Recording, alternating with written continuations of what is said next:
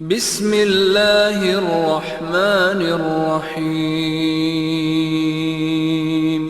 جنگ آزادی کے اندر مسلمانوں نے کیا رول ادا کیا؟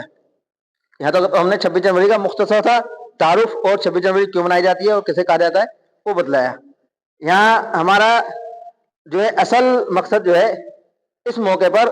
مسلمانوں نے کیا کردار جو ہے جنگ آزادی کے اندر ادا کیا اس کو مختصر بتلائیں گے، کیونکہ تفصیل سے ہماری دوسری کلاس چل رہی ہے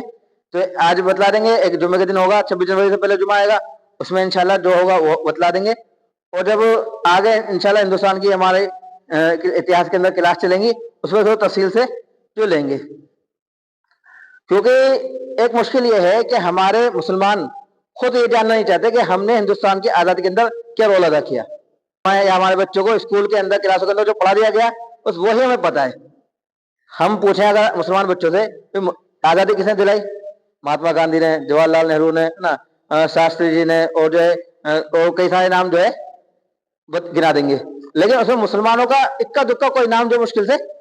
گنایا جائے گا۔ حالانکہ اصل میں جو آزادی کی جنگ شروع کری مسلمانوں نے جنگ شروع کری، کیونکہ ہم اپنا اتہاس پڑھتے ہی نہیں، اس لیے ہمیں کچھ معلوم ہی نہیں، اور ہمارے مسلمانوں کے اتہاس کو مٹا بھی دیا گیا۔ اور دوسری افسوس کی بات ہے کہ مسلمانوں نے خود جو اپنے اتہاس کو نہیں جانا کہ ہم نے آزادی کے اندر کیا رول ادا کیا۔ ہمارے باپ داداؤں نے یا ہمارے مسلمانوں نے، ہمارے علماء نے جنگ آزادی کو کتنی اہمیت دی، تو اگر ہم جب پورا اتہاس انشاءاللہ ہندوستان کا پڑھیں گے تو آپ حضرات کو جو سمجھ میں آئے گا واقعی اصل آزادی جو ہے مسلمانوں کی ہی وجہ سے ملی ہے۔ اگر مسلمان اس قدم کو نہ بڑھاتے یا پہلے سے ہی جو ہے کئی سو سال تک مسلمانوں نے اس جنگ کو لڑائے، اور جو دوسرے ہمارے اہل وطن برادران وطن جو آئے ہیں وہ بعد میں بالکل آخر میں جا کر جو ہے جو آخر 1947 کی جنگ لڑی گئی اس میں جو آئے ہمارے ساتھ، ورنہ 1857 تک مسلمان اکیلے ہی تنہے تنہا جو ہے انگریزوں سے جنگ لڑتے رہے۔ مشہور یہ ہے کہ پہلی جنگ آزادی جو ہے 1857 کے اندر لڑی گئی، لیکن یہ مکمل بات صحیح نہیں ہے، بلکہ پہلی جنگ آزادی جو لڑی گئی وہ 1754 کے اندر لڑی گئی۔ کب لڑی گئی؟ 1754 کے اندر، تقریباً 1947 سے بھی تقریباً 200 سال پہلے، تو 200 سال کے آس پاس یا 150 سال تک مسلمان جو ہے تنہے تنہا انگریزوں سے لوہا لیتے رہے اور ان سے لڑتے رہے۔ تو پہلے جنگ آزادی لڑی گئی 1754 کے اندر لڑی گئی، علی برادری خان نے جو ہے یہ لڑی ہے۔ یہ جو اس سے پہلے کی جنگ ہے اس میں پورے ہندوستان کے دوا سے نہیں لڑی گئی، 1857 کی اور جو پورے ہندوستان کے دوا سے لڑی گئی، اور 1947 کی وہ بھی اس لیے زیادہ مشہور ہو گئی۔ یہ جنگیں جو ہے کیونکہ انگریزوں کا جب تک اس علاقے پر پورا قبضہ نہیں ہوا تو ان حضرات نے جن کے نام ہیں انہوں نے جو ہے انگریزوں سے جنگ لڑی ہے نا، اور اس علاقے کو فتح نہیں ہونے دیا، یعنی انگریزوں کے قبضے میں اس علاقے کو نہیں جانے دیا، یا چلے گئے تھے تو انہوں نے جو ہے ان علاقوں کو کچھ علاقوں کو انہوں نے فتح کیا ہے، کچھ علاقوں کو انہوں نے انگریزوں سے چھڑا لیا ہے، انگریز جو پورے قابض جب تک نہیں ہو پائے۔ تو پہلی جنگ جو ہے 1754 کے اندر لڑی گئی، علی برادری خان جو ہے یہ تھے انہوں نے لڑی۔ دوسری جنگ آزادی جو تھی 1757 کے اندر لڑی گئی، نواب سراج الدولہ جو ہے لکھنؤ کے اندر ایک نواب تھے، بڑے جو ہے زبردست نواب تھے نا، تو انہوں نے جو ہے انگریزوں سے جنگ لڑی 1757 کے اندر۔ پھر تیسری جنگ آزادی، چوتھی جنگ آزادی اور پانچویں جنگ آزادی،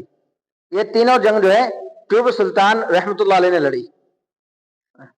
1782 کے اندر، 1792 کے اندر اور 1799 کے اندر۔ تین جنگیں جو ہے ٹیپو سلطان رحمۃ اللہ علیہ نے لڑی ہیں۔ ان کا ہمیں اصلی نام بھی جاننا چاہیے، فتح علی خان۔ ٹیپو سلطان رحمۃ اللہ علیہ کا جو ہے فتح علی خان جو ہے پورا اصل نام تھا، اور ٹیپو سلطان کو کہا جاتا تھا، ان کو شیر میسور بھی کہا جاتا تھا۔ میسور جو ہے کرناٹک کے اندر بنگلور کے قریب ایک علاقہ ہے جہاں ان کا جو ہے قلعہ اور جو ہے محل وغیرہ بنا ہوا ہے، وہیں سے ٹیپو سلطان رحمۃ اللہ علیہ انگریزوں سے جو ہے تین جنگیں لڑی ہیں، اور بعد میں بھی جو ہے آخر میں ٹیپو سلطان رحمۃ اللہ علیہ نے اپنوں کی ہی غداری کی وجہ سے جو ہے انگریزوں سے جنگ ہار گئے، اور ٹیپو سلطان رحمۃ اللہ علیہ سے جنگ لڑنے میں جو ہے انگریز کاپا کرتے تھے، ان کی ہمت نہیں ہوتی تھی کہ ہم جو ہے بغیر جاسوسی کے جو ہے اور بغیر غداری کے انہوں نے جنگ ٹیپو سلطان رحمۃ اللہ علیہ سے نہیں جیت پائے۔ اور ٹیپو سلطان رحمۃ اللہ علیہ کا آخری زمانے میں ایک بہت مشہور جملہ ہے جو آپ حضرات نے بھی سنا ہوگا کہ جب اپنوں کی غداری کی وجہ سے یا تو فوج ماری گئی یا بھاگ گئی تو تنہا جو ہے ٹیپو سلطان رحمۃ اللہ علیہ رہ گئے،